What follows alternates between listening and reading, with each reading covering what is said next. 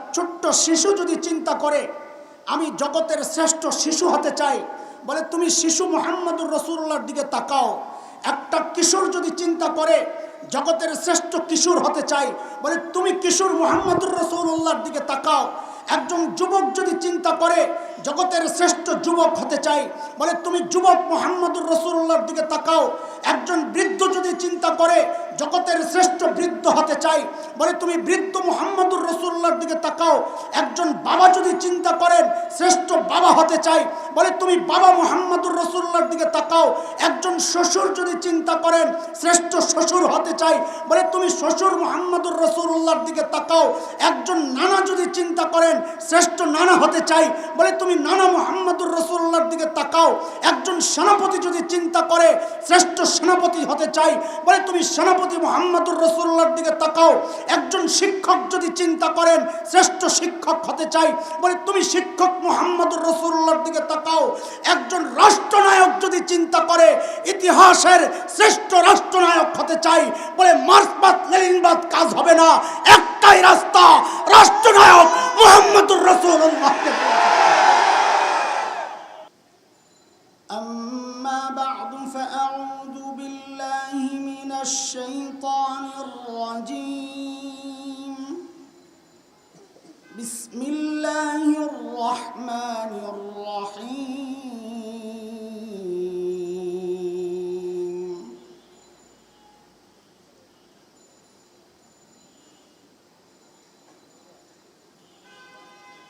لقد من الله على المؤمنين إذ بعث فيهم رسولا من أنفسهم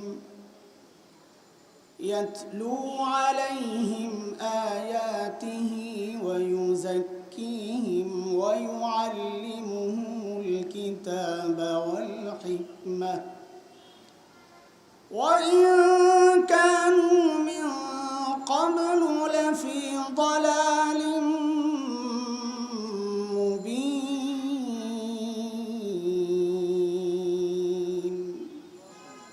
آمنت بالله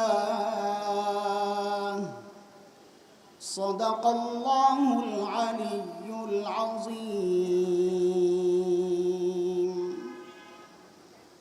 Markazul Furqan ideal মাদ্রাসা কর্তৃক আয়োজিত আজকের এই সিরাতুন নবী সাল্লাল্লাহু আলাইহি ওয়াসাল্লাম মাহফিলের চলতি অধিবেশনের সম্মানিত সভাপতি হযরত উলামায়ে কেরাম, মুরব্বিয়ান আযম, দূর দূরান্ত থেকে আগত ইসলাম প্রিয় সুধী সমাজ, প্রিয় ছাত্র ভাইয়েরা, যুবক বন্ধুরা, পর্দার আড়ালের মা ও বোন, আল্লাহ সুবহানাহু ওয়া তাআলার অশেষ মেহেরবানি, করুণা, দয়া, যে মহান মালিক লাখো কোটি মানুষ থেকে বাছাই করে দিনে এই মজলিসে আমাকে আপনাকে একত্রিত করেছেন, দিনের কিছু কথা বলার ও শোনার তৌফিক দান করেছেন। এটা মালিকের অনেক বড় দয়া আর করুণা। কুরআন আল কারীমের মধ্যে আসছে সূরা জুমার আয়াত 22, রব্বে করিম বলেন, দিন বুঝার জন্য আমি যার দিলটা খুলে দেই, দিন জানা, দিন শেখা, দিন মানার জন্যে যার বক্ষ উন্মুক্ত করে দেই, বুঝার মানসিকতা যাকে দান করি, এটা এত বড় নিয়ামত, এত বড় নিয়ামত। আল্লাহ বলেন ওই বান্দা সারাক্ষণ আমার স্পেশাল নূরের আওতায় থাকে। দুর্ভাগ্য তার জন্যে যার দিল শক্ত, দিন বুঝে না, বুঝতেও চায় না। আল্লাহ বলেন এরা স্পষ্ট গুমরাহিতে নিমজ্জিত। মালিক বলেন, আফামান শারাহাল্লাহু সাদরাহু লিল ইসলাম ফাহুয়া আলা নূরিন মির রাব্বিহি ফাওয়াইলুল লিল কাসিয়াতি কুলুবুহুম মিন যিকরিল্লাহ উলাইকা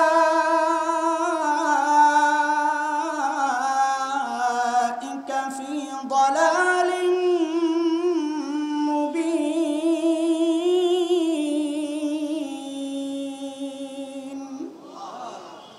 এই আয়াতের মধ্যে রব্বে কারীম এই কথাগুলো বলেছেন। মুহতারাম হাজরিন, যে মহান মালিক এই নিয়ামতে আমাদেরকে ধন্য করলেন, ওই মালিকের শুকরিয়া আদায় করি, জবান খুলে প্রাণ খুলে কালিমাতুশ শুকর উচ্চারণ করি আলহামদুলিল্লাহ। অনেক রাত হয়ে গেছে শহরের ভেতরে, এই রাতটা অনেক রাত, অনেকে ঘুমাবে, আপনাদেরও মনোযোগ বিক্ষিপ্ত নিশ্চয়ই। এত লম্বা সময় আমি তো বসে থাকতাম না, আমি যদি শ্রোতা হইতাম আমি এত চলে যেতাম, কে এত আসনে। শেষ সময়ের অবস্থা কি? শেষ সময়ের অবস্থা হইল কিয়ামতের শেষ সময়ে কি হবে? জমিনের নিচের সমস্ত সম্পদ আল্লাহ উঠাইয়া দিবেন, স্বর্ণ রূপা সব উঠাইয়া দিবে। এটা আমরা কিতাবে উদাহরণ পড়েছি। দোকানদার বা বাস্তবেও দেখি, বেচা কিনা যখন শেষ হয়ে যায় তখন ওই দামি জিনিসও কম দামি হয়ে যায়। দেখালন বাইসালন 10 টাকা 10 টাকা। এখন হলো দেখালন বাইসালনের এক সময়, দামি কথাও এখন দেখালন বাইসালনের পর্যায়ে যাবে, কারণ অবস্থা এখন ওই টাইম। এখন দেখালন বাইসালন 10 টাকা 10 টাকা, যার মনে চাই নেন, না মনে চাইলে বাইর জায়গা ঘুমান। আয় মালিক। যাই হোক, সবার কিছু বেচারাদের এত কষ্টের আয়োজন, বিভিন্ন ব্যাপার থাকে, সেগুলো ম্যানেজ করতে করতে এই পর্যায়ে পৌঁছে। সিরাতুন নবী আলোচনা, সিরাতুন নবী মাহফিল, লেখাটা আগে ওইভাবে খেয়াল করি নাই। দুরূদ শরীফ পড়ার পর ভালো করে খেয়াল করে দেখি সিরাত মাহফিল। সেই হিসাবে চাওয়া ও সিরাতের কিছু কথা আমার ভাই নাশিদ শিল্পী না কি বলে এরা, আরে এনাম তো নাম মনে আছে কি, উর্দু নাশিদ শিল্পী, কত নাম এখন বের করছে এরা। নাশিদ শিল্পী আমাদের ভেতরে নবীর ভালোবাসার যে ঢেউ, উত্তাল যে ঢেউয়ের তৈরি করে দিয়ে গেছে তরঙ্গ, ওটাও আমাকে আলোড়িত করেছে এবং আমাকে বাধ্য করেছে যেন সিরাত নিয়েই কিছু কথা বলি। তবে আগের থেকে বলে নেই, আলোচনা হবে সিরাতের, কিন্তু আসলে একতালের মানুষ তো ফাঁকে ফাঁকে কিছু ইঞ্জেকশন ঢুকবে আমার। চলবে আলোচনা সিরাতের, আমি প্রশ্ন করি না, কথা বলতেছি। আলোচনা চলবে সিরাতের, প্রশ্ন করি নাই, আলোচনা চলবে, আমার সাথে কথা বলবেন, এটাই জবাব দিয়েন না। আলোচনা চলবে সিরাতের, কিন্তু ফাঁকে ফাঁকে ইঞ্জেকশন চলবে, হজম করা যাবে তো ইনশাআল্লাহ। জোয়ান পোলাপাইন বিশেষ করে যেটা উঠবে এটারে ধৈরা জাতা দিয়ে বসায় দিবেন। এতক্ষণ ছিলি, এখন কই যাবি, লয়া যাবেটা দেখালন বাইসালন। মাহফিলের শেষ পর্যন্ত আজকে আমাদের হেডলাইন কি? দেখালন বাইসালন। নবী আলাইহিস সালামের সিরাত আলোচনা করার আগে মাথার মধ্যে আগে কিছু কথা ঢুকায় আনেন, গতানুগতিক কোনো কথা বলার জন্যে আয়াত আমি ওইটা পড়ি নাই, যেটা পড়েছি সময়ের কিছু জরুরি কথা, এগুলোও যে সিরাত এটাও আমাদের জানা দরকার। এটাও নবীর সিরাত। নবীর সিরাত খালি খাওয়া, সুন্নত তরিকায় খাওয়া, এটাই নবীর সিরাত না। জিহাদ করাও নবীর সিরাত। খালি সুন্নত সুন্নত সুন্নত, সব সুন্নতই কও, গোপন করো কেন? খালি আমি একা মুসিবতে পড়ুম কেন? তুমিও আসো ভাই। কোনো মুসিবত নাই, আলহামদুলিল্লাহ, আমাদের কোনো মুসিবত নাই, আলহামদুলিল্লাহ। যে কোনো পরিস্থিতির জন্য আমরা রাজি আছি, আলহামদুলিল্লাহ। তবে কথা একটাই, নবীকে ভালোবাসি। তুমিও যদি আমার দলের হও যে হ্যাঁ আমরাও নবীকে ভালোবাসি, তবে এই জায়গায় একমত হতে হবে। না হয় নিজেকে মুসলমান দাবি করো না, সেটা হচ্ছে নবীর ইজ্জত নষ্ট হবে, আমার বেঁচে থাকার কোনো অর্থ নাই। এটাই আমাদের কথা, কি বলে? এটাই আমাদের। আমরা কারো দুশমন না, অস্থিতিশীল পরিস্থিতি সৃষ্টি করতেও চাই না। আমরা দেশে শান্তি চাই, ভালোবাসায় বিলি করতে চাই, কিন্তু এই জায়গায় কোনো আপোষ নাই। দোস্ত, নবী আলাইহিস সালামের সিরত শুনবেন না? রেডি আছেন ইনশাআল্লাহ? দেখি তো কে রেডি? আল্লাহু আকবার। আচ্ছা, হাত নামান, পরে দিয়ে স্টক রাখেন। ঘুমাইছেন নি কেউ? দেখি এটাও পরীক্ষা হোক, কে কে ঘুমাইছেন দেখি। আল্লাহু আকবার।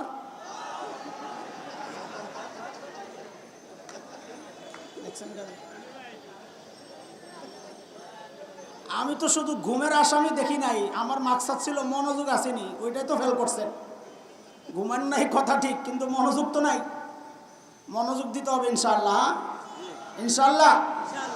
হ্যাঁ, একটু খাতির লাগাইতেছি, জয়েন করতেছি আস্তে আস্তে। হঠাৎ করে অপারেশনে গেলে তো দৌড় মারবে। হায় মালিক, মাথায় কিছু কথা ঢুকায় নেন। আল্লাহ তাআলা আমাদেরকে কত নিয়ামত দিয়েছেন বলেন তো? কত? অসংখ্য। সূরা নাহাল, সূরা ইব্রাহিম, দুই জায়গায় কথাটা আসছে।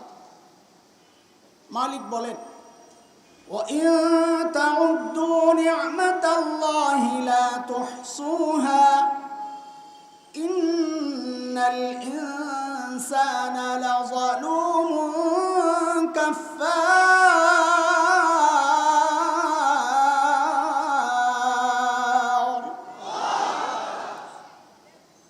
শেষটা দুই রকম আসছে, আগের কথাগুলো এক। আল্লাহ বলেন, যদি তোমরা আল্লাহর নিয়ামতকে গনে গনে শেষ করতে, এর মধ্যে সবচাইতে বড় নিয়ামত কি? এক একজন এক একটা বলবেন। সামষ্টিকভাবে আমি বলি, অনেকগুলো নিয়ামত আছে যেগুলো বড় বড় নিয়ামত। কোনটা বড় নিয়ামত কিভাবে বুঝবো? তো কোরআনে আল্লাহ অসংখ্য নিয়ামতের বর্ণনা দিয়েছেন। সূরা রহমানে গেলে কত নিয়ামতের কথা পাওয়া যায়। আর আল্লাহ বারবার জিজ্ঞেস করেছেন, ফাবিআইয়ি আলাই রাব্বিকুমা তুকাযযিবান। বারবার জিজ্ঞেস করেছেন কোন কোন নিয়ামত অস্বীকার করবা। মানে অসংখ্য নিয়ামতের আলোচনা আসছে। এর মধ্যেও কিছু নিয়ামত আছে বড় বড় নিয়ামত। কোনটা বড় নিয়ামত কিভাবে বুঝবো? তো মুফাসসিরিনদের গবেষণা এটা, যে কোরআনে আল্লাহ তাআলা যেই সমস্ত নিয়ামত বর্ণনার ক্ষেত্রে মান ব্যবহার করেছেন, মান মানে হচ্ছে অনুগ্রহ প্রকাশ করা। আমরা বাংলায় বলি খোটা দেওয়া, কিন্তু কোরআনে এই শব্দের তর্জমা খোটা দেওয়া হবে না। খোটা দেওয়া এটা খারাপ কাজ। আল্লাহর শানে এই তর্জমা চলবে না। যখন আল্লাহর শানে এই শব্দ ব্যবহার হবে, তর্জমা করতে হবে আল্লাহ অনুগ্রহ প্রকাশ করেছেন। আচ্ছা, এবার আমাকে বলেন, নিয়ামত আপনি কারো উপর অনুগ্রহ করেছেন, কথার কথা, কাউকে 100 টাকা দিয়েছেন, আবার একই ব্যক্তিকে 1 লক্ষ টাকা দিয়েছেন।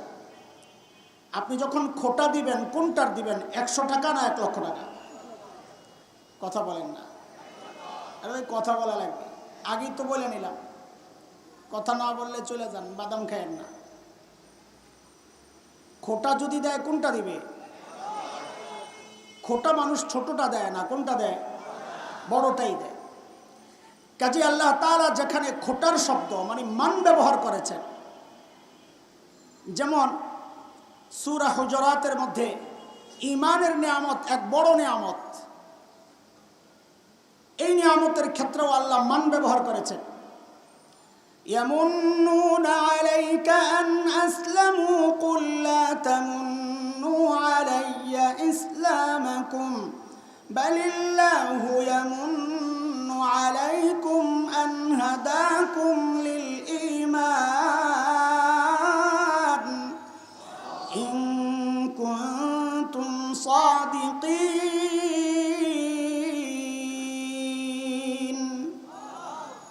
ঈমানের নিয়ামতের ক্ষেত্রেও আল্লাহ তাআলা মান ব্যবহার করেছেন।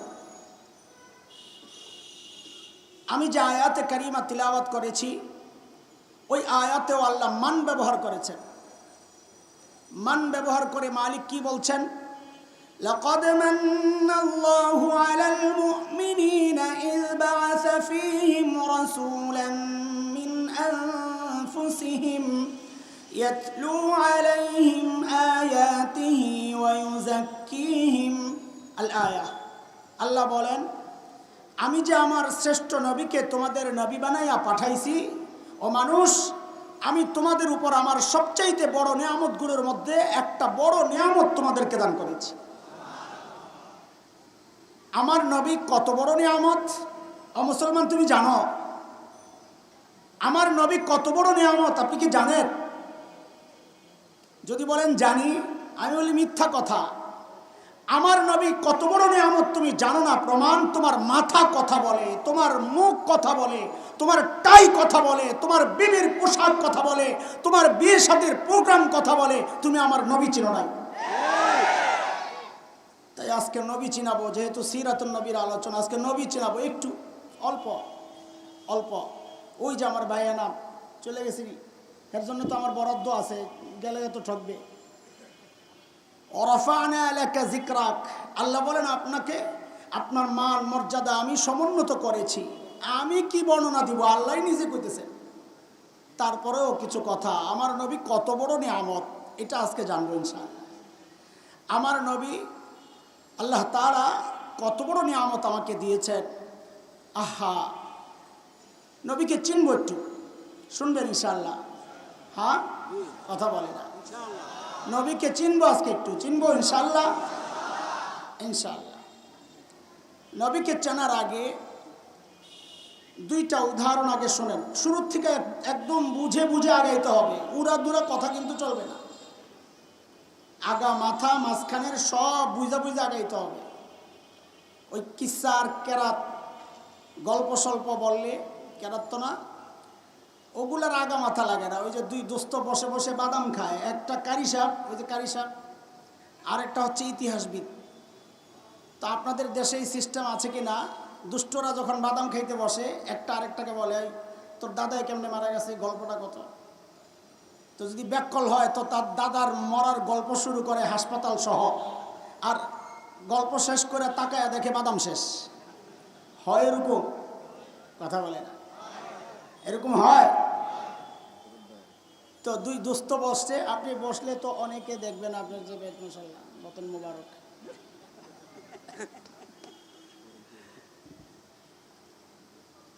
একজন কারি সাহেব, আরেকজন ইতিহাস জানে। তো কারি সাহেব বড় চালাক, ইতিহাস জানে যে, আরে বলে কি, এই তুমি তো অনেক ইতিহাস জানো, কোরআনের সবচাইতে চমৎকার গল্পের নাম কি? কেউ জানেন না? ইউসুফ আলাইহিস সালাতু ওয়াস সালামের গল্প, আহসানুল কসাস, চমৎকার গল্প, সবচাইতে চমৎকার। একটু হযরত ইউসুফ আলাইহিস সালামের গল্পটা একটু শোনাও না। তো ইতিহাসবিদ কি আর কম চালাক? ইতিহাস থেকে কত শিক্ষা নিয়েছে না। তো ইউসুফ আলাইহিস সালামের গল্প শোনায়। যারা ফার্সি বুঝেন এরা সহজেই বুঝে যাবেন। ইউসুফ আলাইহিস সালামের গল্প শোনায় পীর বুধ পাসের দাস্ত গুমসুদ বাজিয়াফত। এক বুড়া ছিল, ওনার এক ছেলে আসিল, হারায় গেছিল, আবার ফেরত পাইছে। ইউসুফ আলাইহিস সালামের কিস্সা শেষ। এখন ইতিহাসবিদ চিন্তা করে, তুমি আমার গল্পে লাগাইয়া বাদাম শেষ করতে চাইছিলা না, এইবার ঠেলা সামলাও। কয়, দোস্ত তোর যে তিলাওয়াত, আল্লাহু আকবার, কারি আব্দুল বাসিতের কণ্ঠে তোর সূরা ওয়াশ-শামসি ওয়া দুহাহা, আহা পরানটা জুড়ায়া যায়। একটু যদি ওয়াশ-শামসি ওয়া দুহাটা একটু শোনাইতি। তো কারি সাহেব তো আমার মতো বাটপার, সে শুরু করছে ওয়াশ-শামসি ওয়া দুহাহা। কি বলে? ওয়াশ-শামসি ওয়া দুহাহা দরমিয়ান মে বহুত কুছ হাহা ওয়ালা ইয়াখাফু উকবাহা।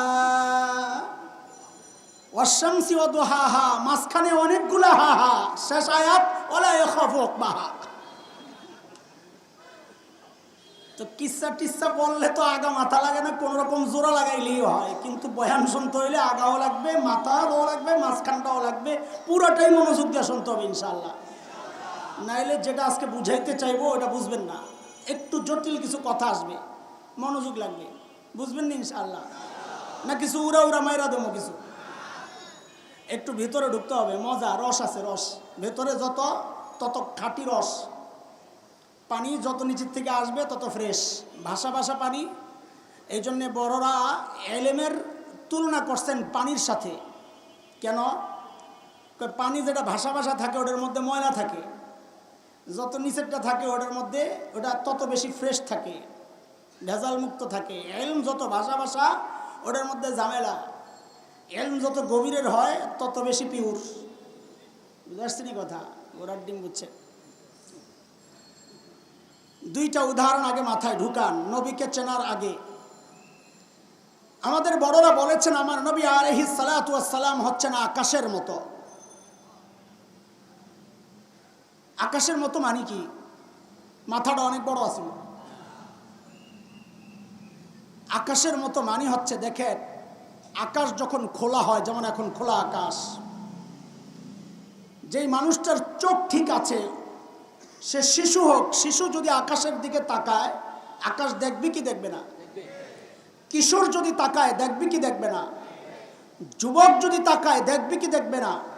পৌর, বৃদ্ধ, রাজা, সেনাপতি, ইমাম সাহেব, খতিব সাহেব, ওয়াইজ, যে তাকায় সেই দেখবে। ওহো, আমার নবী ওই রকম আকাশের মতো। বলে মানে কি? তো একটা ছোট্ট শিশু যদি চিন্তা করে আমি জগতের শ্রেষ্ঠ শিশু হতে চাই, বলে তুমি শিশু মুহাম্মদুর রাসূলুল্লাহর দিকে তাকাও। একটা কিশোর যদি চিন্তা করে জগতের শ্রেষ্ঠ কিশোর হতে চাই, বলে তুমি কিশোর মুহাম্মদুর রাসূলুল্লাহর দিকে তাকাও।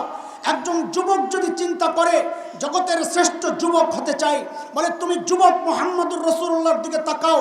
একজন বৃদ্ধ যদি চিন্তা করে জগতের শ্রেষ্ঠ বৃদ্ধ হতে চাই, বলে তুমি বৃদ্ধ মুহাম্মদুর রাসূলুল্লাহর দিকে তাকাও। একজন বাবা যদি চিন্তা করেন শ্রেষ্ঠ বাবা হতে চাই, বলে তুমি বাবা মুহাম্মদুর রাসূলুল্লাহর দিকে তাকাও। একজন শ্বশুর যদি চিন্তা করেন শ্রেষ্ঠ শ্বশুর হতে চাই, বলে তুমি শ্বশুর মুহাম্মদুর রাসূলুল্লাহর দিকে তাকাও। একজন নানা যদি চিন্তা করেন শ্রেষ্ঠ নানা হতে চাই, বলে তুমি নানা মুহাম্মদুর রাসূলুল্লাহর দিকে তাকাও। একজন সেনাপতি যদি চিন্তা করে শ্রেষ্ঠ সেনাপতি হতে চাই, বলে তুমি সেনাপতি মুহাম্মদুর রাসূলুল্লাহর দিকে তাকাও। একজন শিক্ষক যদি চিন্তা করেন শ্রেষ্ঠ শিক্ষক হতে চাই, বলে তুমি শিক্ষক মুহাম্মদুর রাসূলুল্লাহর দিকে তাকাও। একজন রাষ্ট্রনায়ক যদি চিন্তা করে ইতিহাসের শ্রেষ্ঠ রাষ্ট্রনায়ক হতে চাই, বলে মার্ক্সবাদ লেনিনবাদ কাজ হবে না, একটাই রাস্তা, রাষ্ট্রনায়ক মুহাম্মদুর রাসূলুল্লাহকে।